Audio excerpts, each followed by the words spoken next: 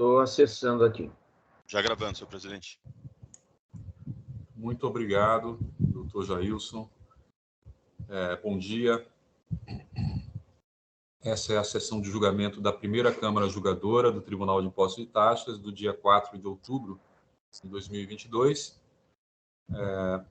Estão presentes na sessão eu conduzindo os trabalhos, o doutor João Maluf Júnior, doutor Herbert Lima de Rezende, o doutor Eduardo Soares de Mello, o doutor Jandir Daleluca. Temos também a representante fiscal, a doutora Maria Cláudia Silveira. Não teremos hoje patronos presentes, né? Não houve nenhuma inscrição aqui para produzir sustentação oral. Então, peço aos colegas que se dirijam. Ainda temos aqui que iniciar aqui a sessão, né?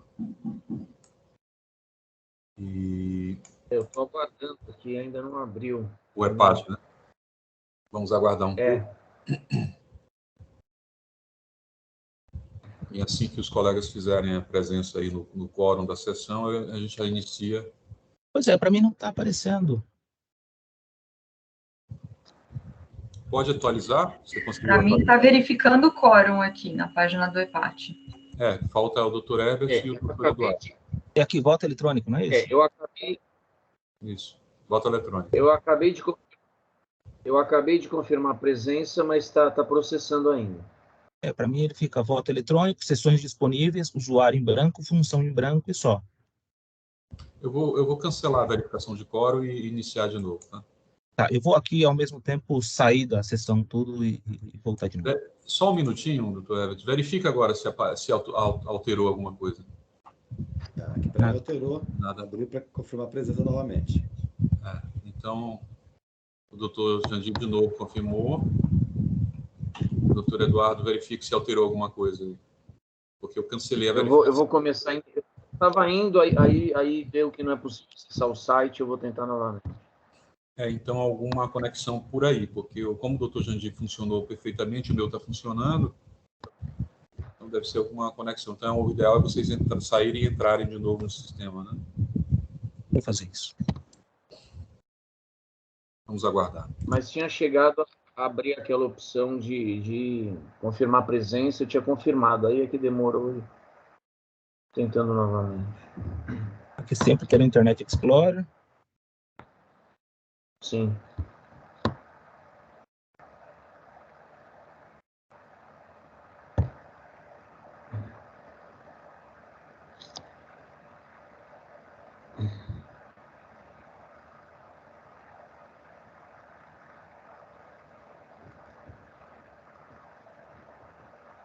Agora foi.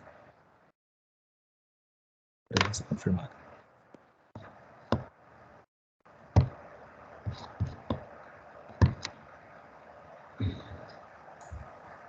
Agora sim, doutor Herbert. Eu confirmou aqui. Falta só o doutor Eduardo. Vamos tentar aqui.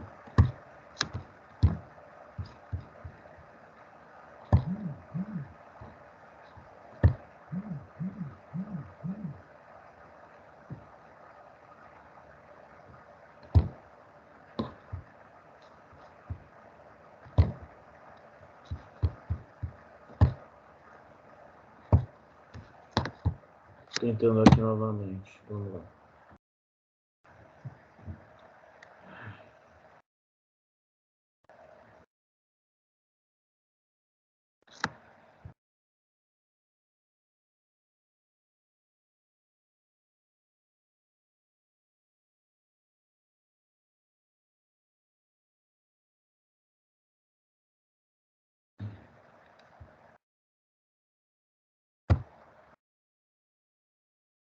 Está bem devagar, mas parece que está indo.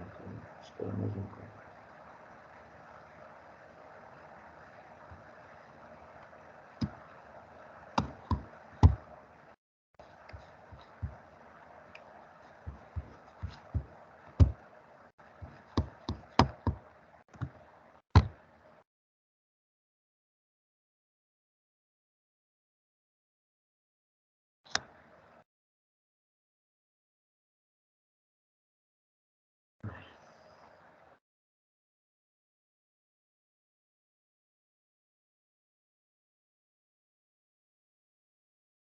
Está conectando ainda. Abriu aquela janela que aparece CSL, SSL.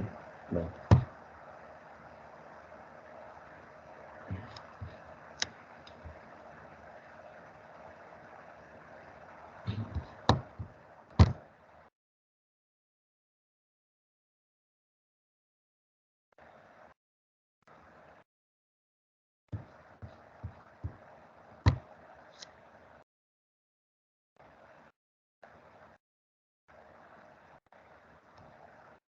Agora abriu confirma a presença.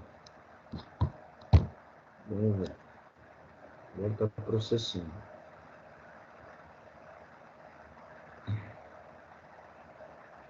O doutor Eduardo conseguiu confirmar e agora já estamos abrindo a sessão.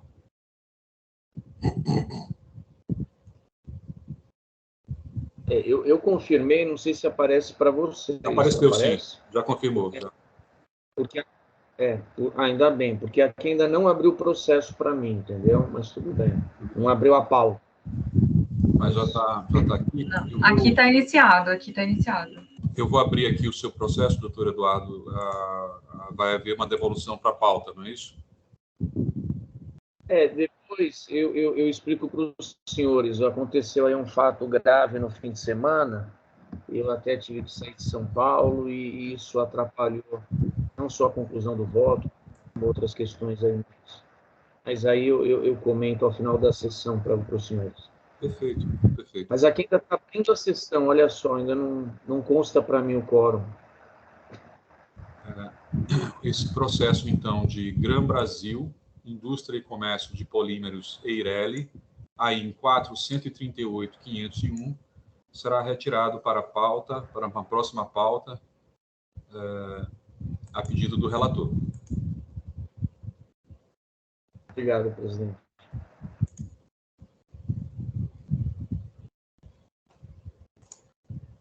Então, nós já encerramos esse processo. Eu peço aos colegas que se dirijam ao outro processo, que é o Delta Max, Comércio, Importação, Exportação e Aparelhos Eletrônicos Eireli, AIM 4.142.344, de minha relatoria. O patrono não se encontra presente, então eu vou fazer a gravação aqui da sustentação oral como ausente, né? E já vou abrir aqui a possibilidade do debate para poder alterar, editar o relato do voto para que os colegas possam acompanhar.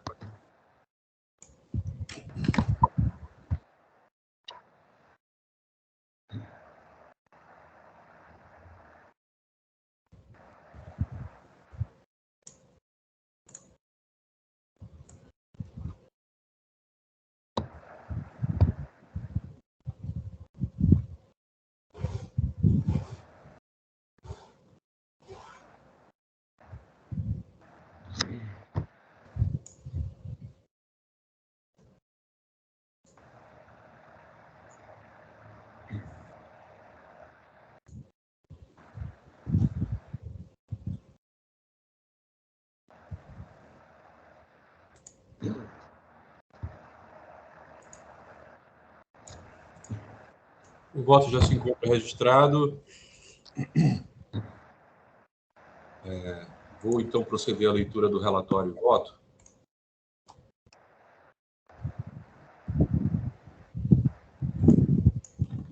Eu adianto que essa é uma daquelas teses com as quais são milenares. Faz muito tempo que eu nem me recordo desde quando que eu comecei a me posicionar dessa forma, mas era já quando das câmaras reunidas, né? Então, é um daqueles temas que eu não modifiquei nada meu posicionamento. O curioso é que o tema 520 do STF, do STJ, do STF, desculpa, veio trazer um posicionamento parecido com esse, que já era o posicionamento do Tite, né? Anterior, né? Que diferencia a importação por encomenda de importação por conta e ordem. Né? Mas vamos ao voto. Vamos à leitura do relatório.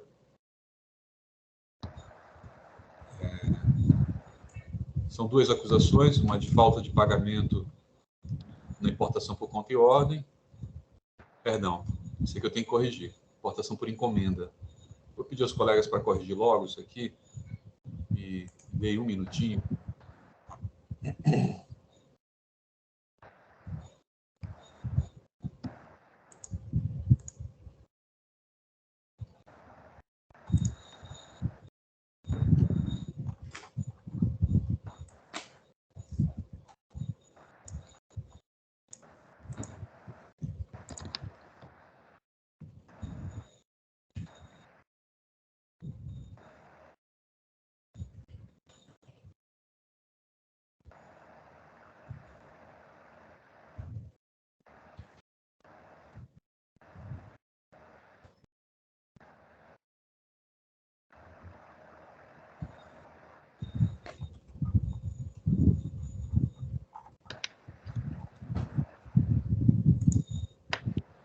Já está lá?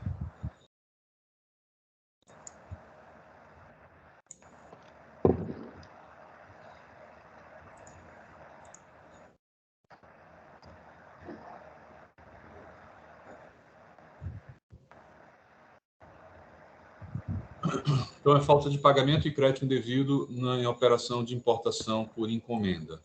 Né? O contribuinte traz algumas alegações, né?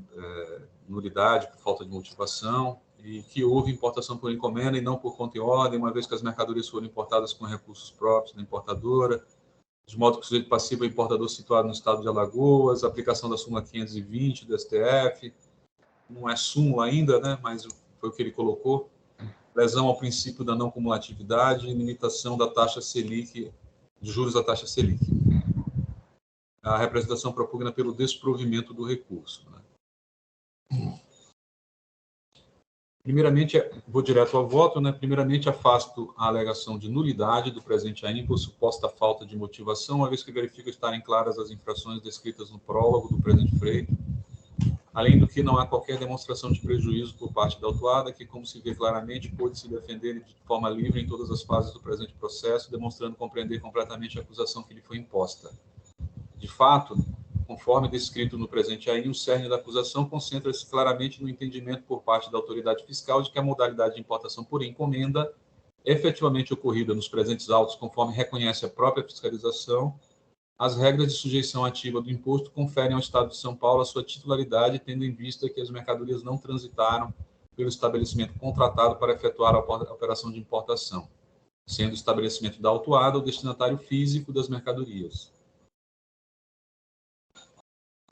Então, tá aqui eu trago aqui no relatório circunstanciado, a fiscalização coloca, né, que é a importação por encomenda, né, a responsabilidade do autor da encomenda pelo pagamento do imposto está determinada no artigo 11 do RICMES, né, então, realmente a fiscalização entende que é uma importação por encomenda e ainda assim ela defende a tese, como é uma tese bastante usada ainda na Fazenda, né? Tem inclusive resposta à consulta, né?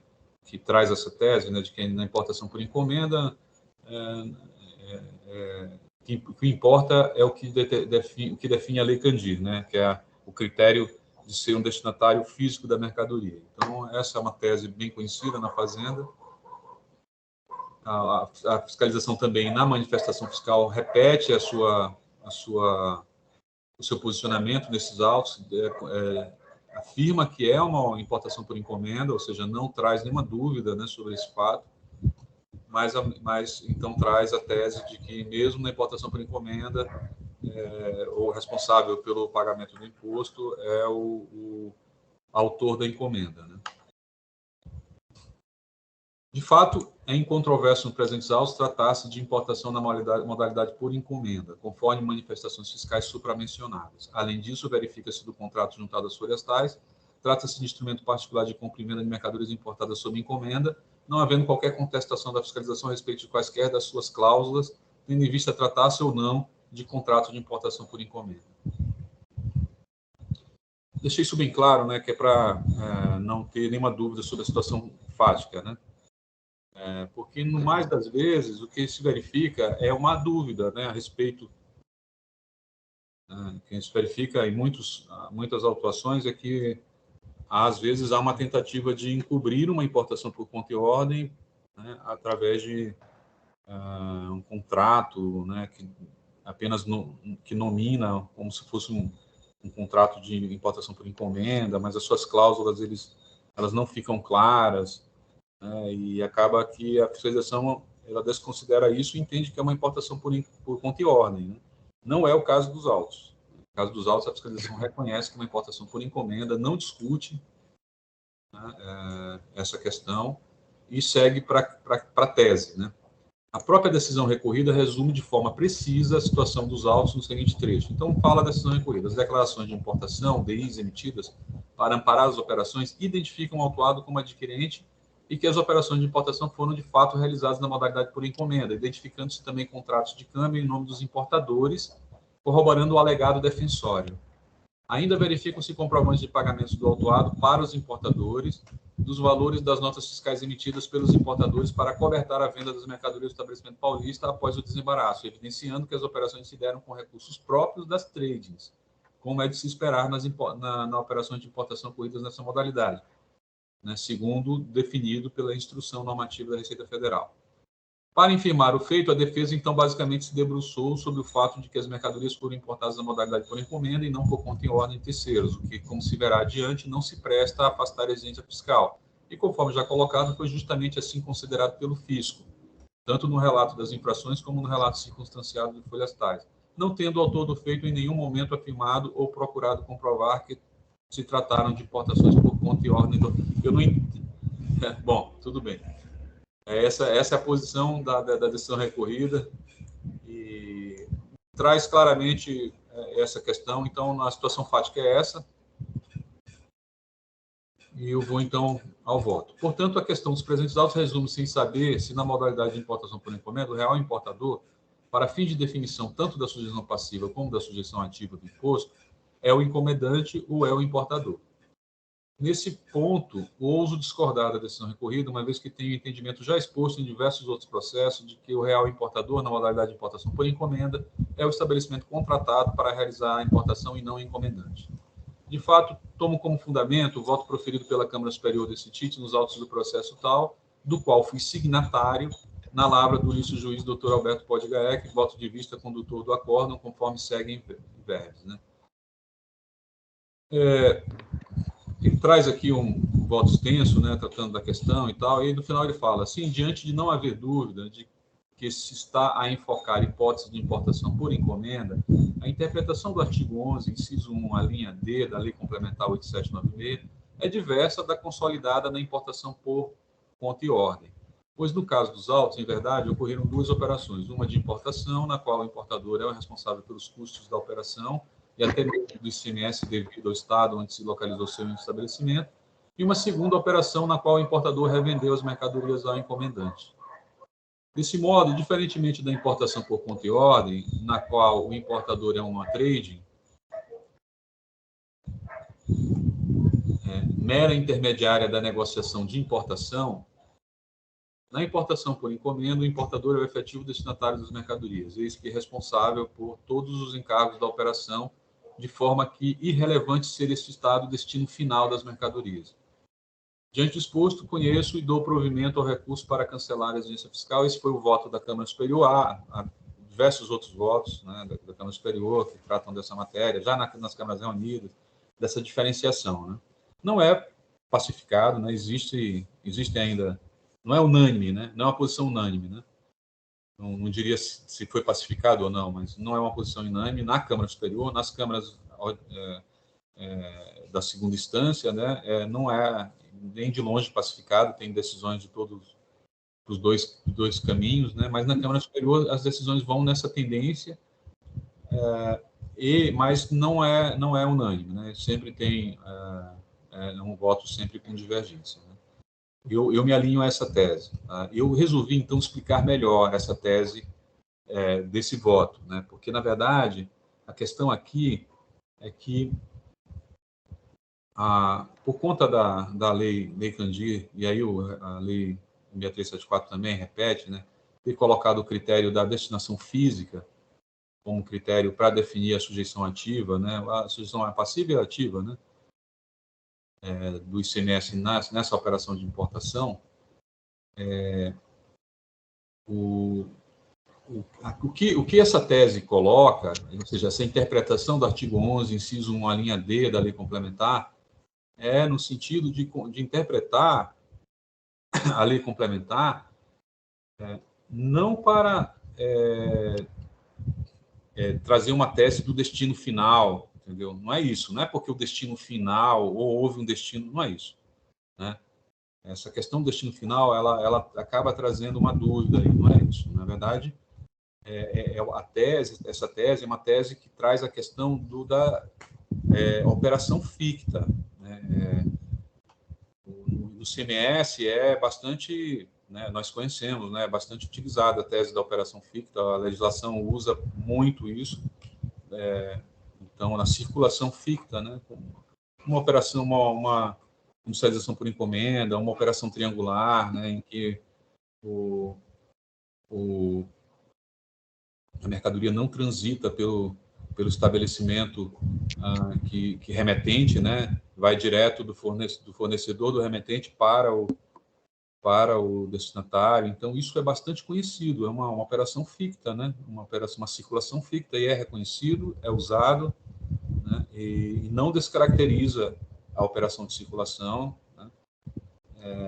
Então, essa tese da Câmara Superior, que depois propagou nas Câmaras Reunidas, que depois foi adotada também na Câmara Superior, ela é uma tese que ela entende que, no caso da operação por encomenda, é preciso interpretar essa questão do destinatário físico com a possibilidade de haver uma circulação ficta, né? Porque na operação por encomenda, na importação por encomenda, e aí sim, quando fica comprovado, né, que de fato o importador não era mero intermediário, quando fica comprovado que ele pagou o preço, que ele pagou o preço para o exportador, né?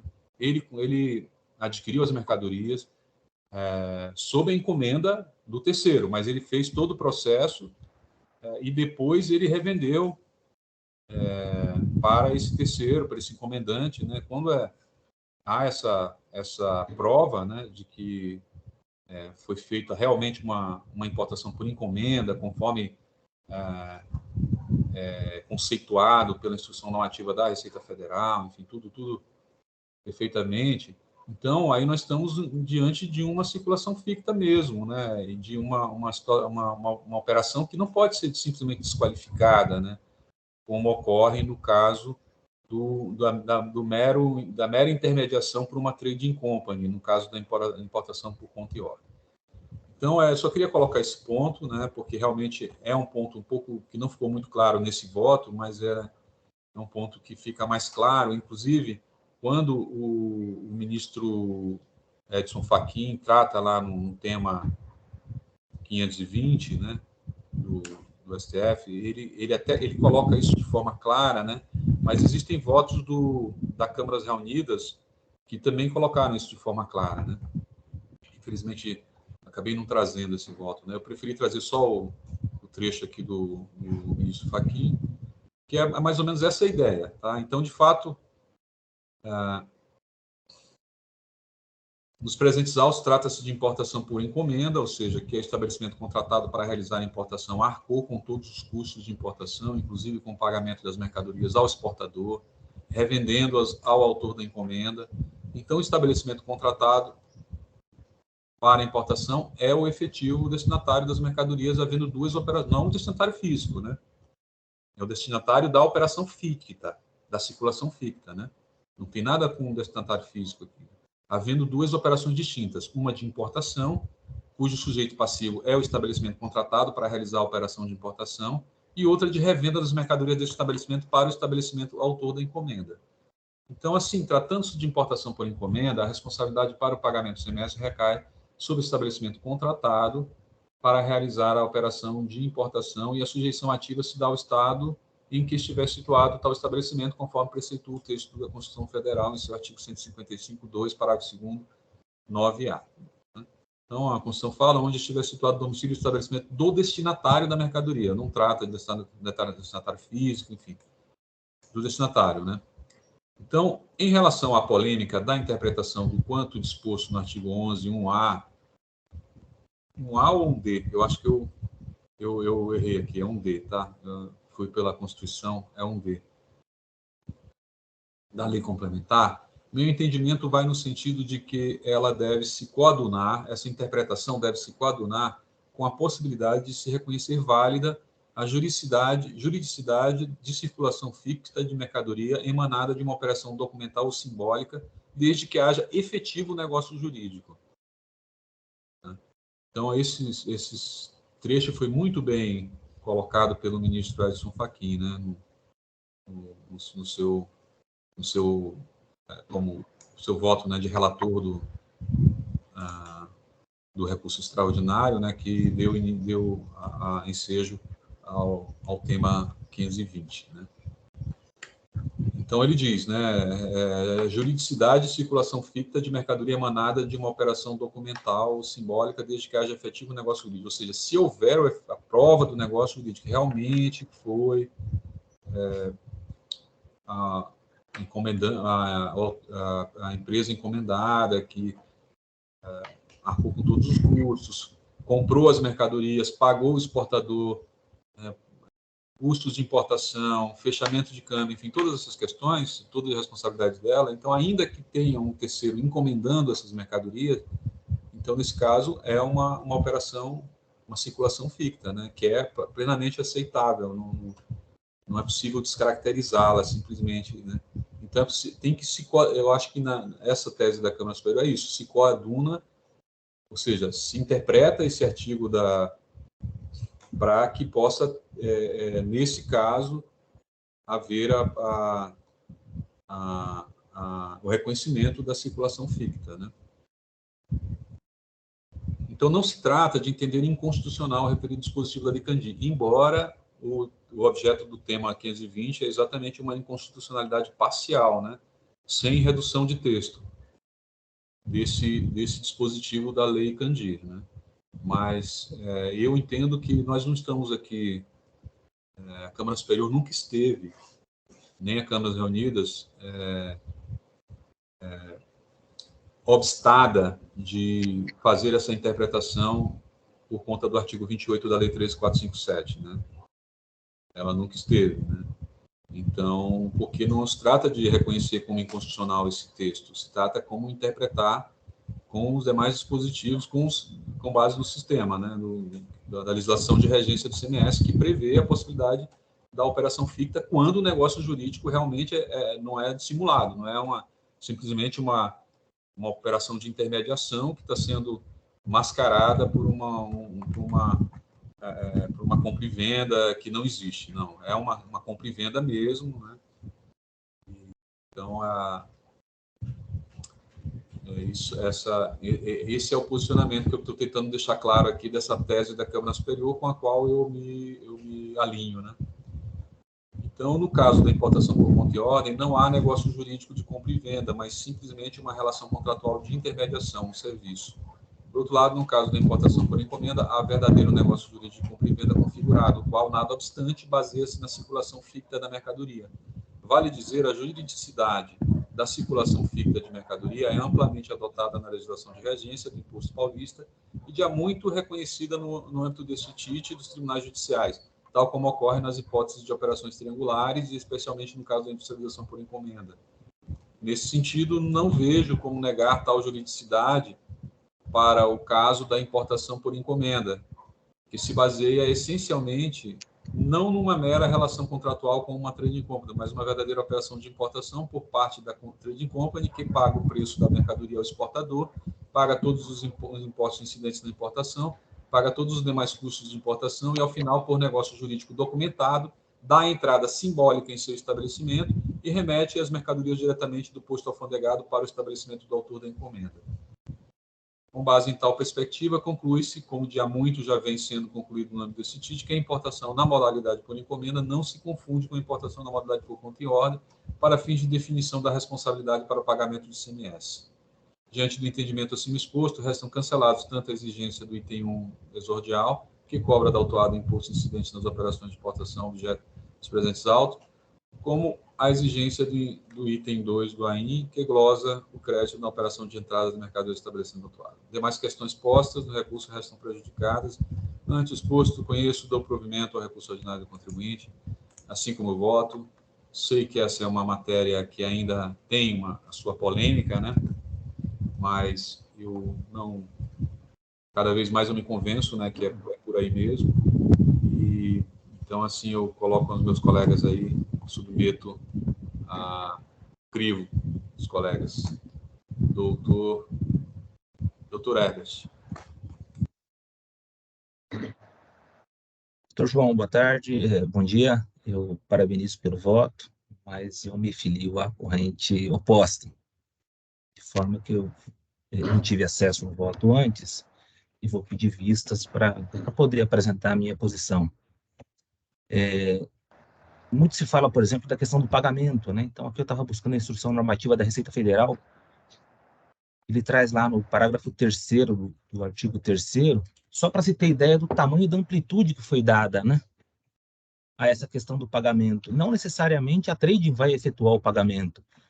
A instrução ela coloca, por exemplo, que considera-se recursos próprios do importador por encomenda, os valores recebidos do encomendante predeterminado a título de pagamento, total ou parcial. Então, veja, o pagamento pode ser, inclusive, total da obrigação relativa à revenda da mercadoria nacionalizada. Então, o encomendante ele pode pagar totalmente a importação, quer dizer, a trading não vai despender de nada. E aí ainda a instrução normativa vai além, ainda que ocorrido antes da realização da operação de importação. Então, o encomendante ele pode pagar totalmente a importação antes da importação e ainda assim fica mantida a questão da importação por conta e ordem.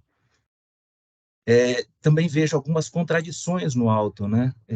Trouxe aqui a folha 66, nós temos a nota fiscal, onde manda mercadoria de Alagoas para São Paulo. Na folha seguinte, o conhecimento de transporte, ele tem ali origem da prestação, Santa Catarina, destino da prestação, São Paulo. Então, dois documentos que deveriam andar juntos, que é o transporte da mercadoria e a nota fiscal para cobertar aquela operação, eles fazem caminhos totalmente distintos. Então, eu acho que, enfim, eu queria dar uma analisada melhor. Assim como também o tema 520 do STF, eu acho que não é uma luva para esse tema. Ali eles tratam mais da guerra dos portos. E aqui me parece que a gente está inaugurando uma outra vertente da guerra fiscal. Sei lá, se me permite dar um nome, seria uma guerra das tradings. Não envolve mais o estímulo à importação por determinado porto, mas ao estímulo que determinada trade se concentre num estado ou no outro. Por isso que eu acho que, eu conheço dos precedentes da Câmara Superior, mas por isso que eu acho que não se adequa a 100%. Por isso, vou pedir vistas para apresentar a minha posição. Perfeito, doutor Herbert. Eu só queria tratar de dois pontos que o doutor colocou, né? O primeiro deles de fato, né, o encomendante, né, ele não importa se ele paga o importador por encomenda, né, aquele que recebe, não importa se ele paga antes, se ele paga depois, se ele paga tudo. Não é essa a questão. A questão que se coloca aí nessa tese é que quem é o responsável por tratar, quem trata com o exportador, quem faz a importação, quem compra a mercadoria, faz a importação, é quem recebe a encomenda, né, de fazê-lo, né? Então, isso é diferente da trading company, da importação por conta e ordem, né? Então, há uma diferença, essa seria a grande diferença das duas, né? Então, você tem aí realmente uma relação de mera intermediação na importação por conta e ordem, né? Apenas um contrato, né? O importador por conta e ordem, ele acaba apenas fazendo fechamento de câmbio, né? E aí a pessoa que está comprando a mercadoria, né? Ela que trata com o exportador, né? Ela que adquire, ela que faz todo esse processo. Então eu não fico nem um pouco desconfortável, né, em relação a essa questão de ser ou não, do importador receber ou não os recursos do encomendante, né? Antes ou depois, ou receber totalmente, isso não me deixa desconfortável. O que me deixa desconfortável é quando a gente tem um contrato, né, que aparentemente designa como importação por encomenda e tudo mais, mas o importador que recebe a encomenda, ele não tem, né, praticamente nenhuma participação nisso, a não ser, no mais das vezes, um fechamento de câmbio, né, e atuar para que ocorra o desembaraço, né, junto ao posto alfandegado. Então, aí sim, aí nesses casos, eu realmente me incomoda, né, e aí eu entendo que é o caso de desclassificação de uma suposta importação por encomenda, né, e entendê-la que é uma importação por conta e ordem. E isso acontece em vários autos de infração, né, já aconteceu. E aí vem o segundo ponto que o doutor colocou, que eu quero lembrar o seguinte, né, de fato, tem algumas questões nesses autos que eu questionaria, né, mas eu senti que nessa altura do campeonato, quando mesmo a própria fiscalização reconhece que a importação por encomenda foi perfeita e acabada. Então, aí, nesse caso, não há nenhuma palavra da fiscalização contra a importação por encomenda. Pelo contrário, ela afirma que é uma importação por encomenda nos termos da resolução. Então, assim, aí nós teríamos, então, um problema, né, da acusação. Nós teríamos que, então, entender que teríamos que olhar com mais cuidado a alegação de nulidade que o contribuinte trouxe, né? E aí eu refleti a respeito disso, né? Porque se a fiscalização está dizendo que é uma importação por encomenda, lavrou com uma importação por encomenda, e a gente olha para os autos e entende que não é uma importação por encomenda, nós estamos aí com um problema de acusação. Mas o contribuinte, além disso, o contribuinte ele coloca claramente, ele rebate essa questão, né, de que a fiscalização entendeu que era uma importação por encomenda e ainda assim aplicou a interpretação da Lei Candir, né, aquela que se dá para a importação por conta e ordem. Então, eu entendi que o contribuinte entendeu muito bem qual foi a questão e que está fixado nos autos que é uma importação por encomenda. Não importa de onde veio, se veio de Alagoas, se veio de São Paulo, né? Porque em algum momento deu uma dúvida. Tem um desses importadores aí, uma das duas trading companies tem sede em São Paulo. Mas aí você vê que ela também tem sede em outro lugar, em Alagoas. Mas no contrato de importação está tratando de uma delas que tem sede em São Paulo. São várias DIs, né? Não é só uma DI. Então, esse ponto eu resolvi entender o seguinte: o contribuinte entendeu muito bem qual é a acusação, a fiscalização colocou muito clara a fiscalização e todo o processo vai se desenrolando para esse debate, entendeu? Sem que haja qualquer polêmica e controvérsia quanto a esses fatos, né? Se há alguma discrepância em relação à nota fiscal, que veio de Alagoas, que veio do Espírito Santo, enfim, não há nenhuma discussão nos autos a respeito disso. Então, eu entendi que era o caso de, como não há controvérsia, da gente se ater aqui a o que foi realmente posto em recurso e o que foi posto na acusação. Porque se nós formos para um outro caminho, aí nós temos que, então, e aí eu me posicionaria no sentido de que há um problema dessa acusação, né? Já que a fiscalização coloca como uma importação por encomenda e não discute, né? Não sela na importação por encomenda. É complicado, a bola vem um pouco quadrada, o doutor vai levar em vista, mas eu faço essas duas observações só para esclarecer por que meu voto, né, foi nesse sentido, mas eu estou bastante atento a todas essas questões dos autos. Mas, se de fato a gente for para esses pontos, né, que são pontos de matéria de fato, né, aí eu acho que e a gente desqualificar, disser que não há uma importação por encomenda, Aí eu acho que é o caso realmente da gente ir para um caminho da nulidade dessa acusação. Tá? Mas vamos ver, né? Podemos mudar de ideia dependendo do que o doutor, né? É sempre bom ter o esclarecimento, né? Ficaria honrado. O senhor começou afirmando que já tem posição consolidada já há muitos anos sobre o tema. Da tese. Eu não dessa teria tese, a menor pretensão de fazê-lo rever essa posição, mas seria uma honra. Viu? sim, mas eu sempre revejo, né? Eu não tenho esse problema, né? E mudo, né? Às vezes eu não tenho esse problema nenhum, sabe? A gente tem as coisas, elas são dinâmicas, né? Eu acho que a gente tem que prezar pela coerência, doutor Herbert. Né?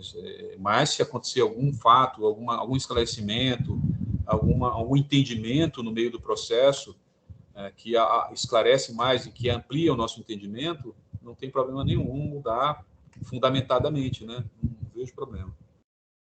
Muito bem. Doutor Jandir. Pois não, doutor João. Inicialmente eu cumprimento pelo voto, né, que no meu entender captou muito bem os aspectos aí essenciais do caso e, né, eu teria tendência, né, logicamente com a ressalva de eventualmente o Dr. Herbert na volta de vista trazer algum elemento que nos convença diferente, né, mas a minha tendência era de acompanhá-lo na íntegra, né. Eu entendo que a situação dos autos, do meu ponto de vista, é claramente de importação por encomenda, onde a importação foi feita, providenciada e principalmente custeada, né, pelo estabelecimento contratado, né, de modo que o ICMS, nessa situação, é devido pelo real importador, né, o estabelecimento contratado, e não pelo contratante, né, conforme, aliás, foi muito bem exposto no voto, né, situação que está em harmonia aí com o entendimento do STF no tema 520, né. Essa colocação, né, sobre a possível, né, desconsideração da natureza da importação por encomenda, né, para que fosse considerado como uma importação por conta em ordem, no meu ponto de vista, implicaria em mudança do critério jurídico do lançamento, né, o que é vedado, né, pelo artigo 146 do CTN, e daí essa até colocação de uma eventual nulidade da acusação nesse ponto. Mas, como foi colocado, né, o Dr. Herbert, eventualmente ele pode trazer aí alguns elementos novos que a gente não pensou no momento, né? Então vamos aguardar a volta de vista para a gente analisar melhor a situação. Obrigado. Perfeito. Obrigado, doutor Jandir. Doutor Eduardo.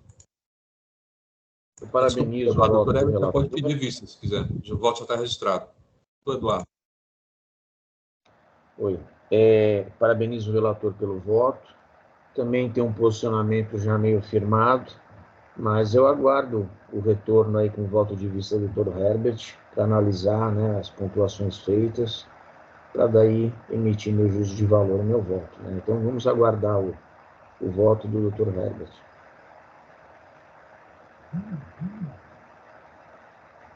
Muito obrigado, doutor Eduardo. Então, o doutor Herbert está pedindo vista. Vamos ouvir a doutora Maria Cláudia, porque esse é o único processo. A doutora Maria Cláudia não vai falar, então vamos ouvir a doutora Maria Cláudia, a posição da representação fiscal, apesar de que vai sair em vista, enfim, vai poder Sim. Né, a posição, nós temos uma posição de que, assim, na verdade, bom, em primeiro lugar, parabéns aí pelo voto, doutor Maluf, respeito bastante aí seu entendimento, porém, nas nossas análises, nós não consideramos, assim, o título, né, aqui a importação se deu por encomenda, por ponto e hora, e na verdade nós analisamos os elementos, como o doutor Herbert está se propondo a fazer, aí, no caso desses documentos que ele apontou. E realmente a entrada física da mercadoria diretamente para o estabelecimento em São Paulo é um fato que nos faria levar a cobrança do ICMS aí para a autuada, para o recolhimento para esse estado. Mas eu vou aguardar o voto em vista e a análise do doutor também. Perfeito, muito obrigado, doutora Maria Cláudia. O doutor Herbert já pediu vista, então já foi concedida. Então, esse processo de Delta Max a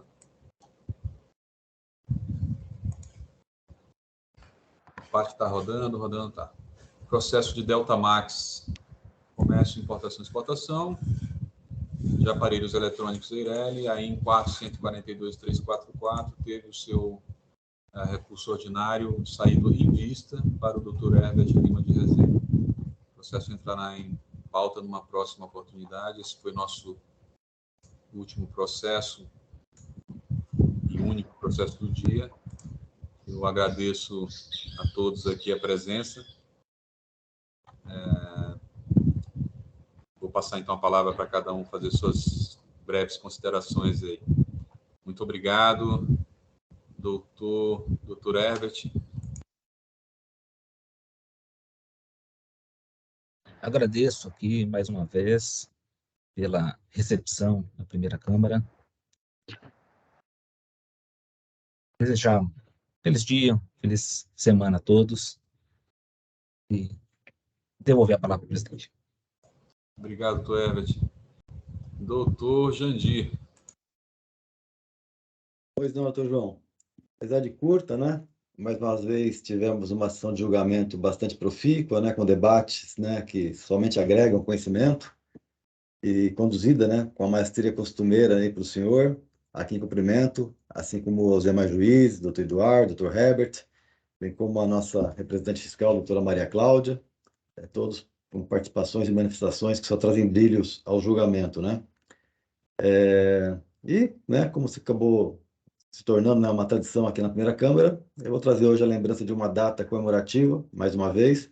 Eu até ouvi aqui, não sei de onde veio esse som, eu vi que alguém tinha um cachorro, né, em casa. Eu lembro que hoje, dia 4 de outubro, é o dia de São Francisco de Assis, que é o protetor dos animais, né? E, por consequência, hoje também é comemorado o Dia dos Animais. E, desse modo, mesmo para aqueles que não são católicos, né? Nesse caso não seriam devotos, né, de São Francisco de Assis, ainda assim o dia de hoje é dedicado, né, aos animais, ou seja, esses seres aí que de uma forma ou de outra acabam trazendo benefícios, né, às nossas vidas, seja por estarem ao nosso lado, numa relação até de amor incondicional, como se costuma dizer, né, tornando a nossa vida mais alegre, mas também seja nos servindo de alimento, ou seja ainda nos encantando, né, com suas belezas, né, entre outras formas da participação tão importante nas nossas vidas. Então, com essa lembrança do Dia dos Animais, eu encerro aqui minha participação, desejando uma excelente semana a todos. Muito obrigado. Muito bem lembrado, doutor Jandir. Belas palavras. Doutor Eduardo. Eu tecer dois comentários. O primeiro, a gente vê sempre aí a facilidade, a expertise do doutor Jandir fazendo a subsunção, né? São Francisco de Assis, ele pega o caso concreto, que é um cachorro que latiu, né? E já faz aquele link, né? E não comentar que realmente eu alguns anos, né, eu tenho um cachorrinho e como o doutor Jandir falou, o amor condicional que você tem, né? E pelo menos para mim, o cachorro é aquela criatura que Deus criou para conviver com o ser humano, né? Como se fosse uma criança, tá sempre alegre, sempre querendo brincar. Você se apega de uma forma que você não imagina, né? Mas além do cachorro, né, a gente vê também ajuda muitas vezes para pessoas com doença, para crianças, indivíduos com deficiência mental, como o animal ajuda, né, o cavalo, o cachorro, o gato, e realmente são seres assim inofensivos, né, inocentes, e que infelizmente a gente vê muita gente não tratando com respeito, com carinho, né? Então essas datas são importantes para muitas pessoas repensarem a importância dessas criaturas e tantas outras são fundamentais para o nosso ecossistema, para o funcionamento do nosso planeta, né? Então, muito bem colocado pelo Dr. Jandir, e recordo, fazendo a subsunção, né, do abstrato para o caso concreto, é isso. Muito obrigado, doutor Eduardo. E não custa lembrar, né, que nós temos uma legislação que prevê crime, né, de maus tratos dos animais, né? Então, hoje mais do que nunca, né? Isso já é um absurdo, né? Uma sociedade que cuida mal dos seus animais é uma sociedade que é capaz de ter um desprezo por qualquer coisa, pelo ser humano e por qualquer coisa, né? Inclusive tem um ditado, se eu não me engano, é um ditado japonês, se não me engano, isso é uma coisa que eu ouvi muito tempo eu pratiquei karatê e eu ouvi na minha academia, né, dizerem isso, eu não sei se é verdade, mas diz que uma sociedade que cuida mal dos seus animais é uma sociedade que está pronta para a guerra. está preparada para a guerra. É uma sociedade bélica, uma sociedade belicosa, né, diria assim. É um ditado. Mas hoje nós temos aí uma legislação que deveria ser melhor aplicada, né? Porque a gente vê os animais aí nas rodovias, né? Enfim, sendo criados soltos, e isso põe em risco a vida de todos, né? E especialmente dos próprios bichos, né? Então, eu gostaria de ver nesse país essa legislação mais aplicada nesses casos, né? Para que esses animais pudessem ser melhor protegidos, né? E desejo que cada um faça a sua parte, né? Ao ver algum animal sendo maltratado, que chame a polícia, né? Faça com que a autoridade policial venha aplicar a lei. Está aí o instrumento nas nossas mãos, né? Resta a nós usá-lo da melhor forma possível. Muito obrigado, doutor Jandir, pela lembrança. Doutora Maria Cláudia, encerrando, como de praxe, aqui as nossas considerações finais. Para comemorar, então, eu trouxe a participação especial da minha filha aqui. A minha filha, na verdade, eu tenho duas, eu não sei qual delas estava latindo, pela lembrança, eu tinha visto no jornal, que era o Dia dos Animais mesmo, eu tenho 2 vira-latas adotadas aqui, que são... toda a sessão que eu faço, vocês não veem, mas elas ficam aqui nos meus pés, né, fiscalizando a sessão aqui para a gente. Uma bela lembrança, não só para os cachorros, mas para todos os animaizinhos, né, aí que a sociedade tenha mais respeito por eles, né, porque eles fazem parte e são, não só fornecem, como o doutor Jandir brilhantemente falou, muitas coisas aí para a nossa sociedade. E obrigada pela sessão. Hoje tivemos um processo aí com uma discussão, com uma controvérsia. Eu estava sentindo falta um pouquinho de processos polêmicos, que os últimos tinham sido um pouco mais, né, tranquilos. É uma discussão acalorada, é sempre bom, né? Então, fica aí a lembrança. E todos que puderem ter um animal aí, eu recomendo, porque aqui, ó, só amor. Que maravilha. Muito obrigado, doutora Maria Cláudia. Então, vamos encerrando por hoje. Essa foi a sessão de julgamento da primeira Câmara Julgadora do Tribunal de Impostos e Taxas, do dia 4 de outubro de 2022, o dia de São Francisco, não é isso, doutor Jandir? São Francisco e padroeiro dos animais, né? São Francisco de Assis, padroeiro dos animais, né? Então, é isso. Muito, muito bom dia, muito boa semana. Nos vemos na próxima sessão. Um grande abraço. Boa semana. Não vai comentar o jogo, doutor Maluf? Não. Sessão encerrada. Sessão encerrada.